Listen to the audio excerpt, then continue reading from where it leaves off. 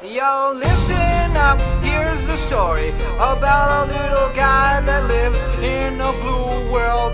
And all day and all night and everything he sees is just blue. Like him, inside and outside. Blue his house with a blue little window and a blue Corvette. And everything is blue for him. And Är blå. and everybody around him.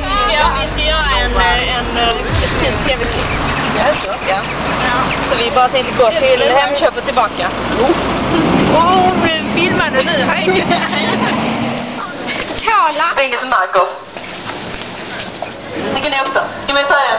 Ja, och vi ska med färjan. Vi ska med färjan. Vi utstår det här faktiskt. Jag skyller er filmer! Jag kommer på måndag i Lördag!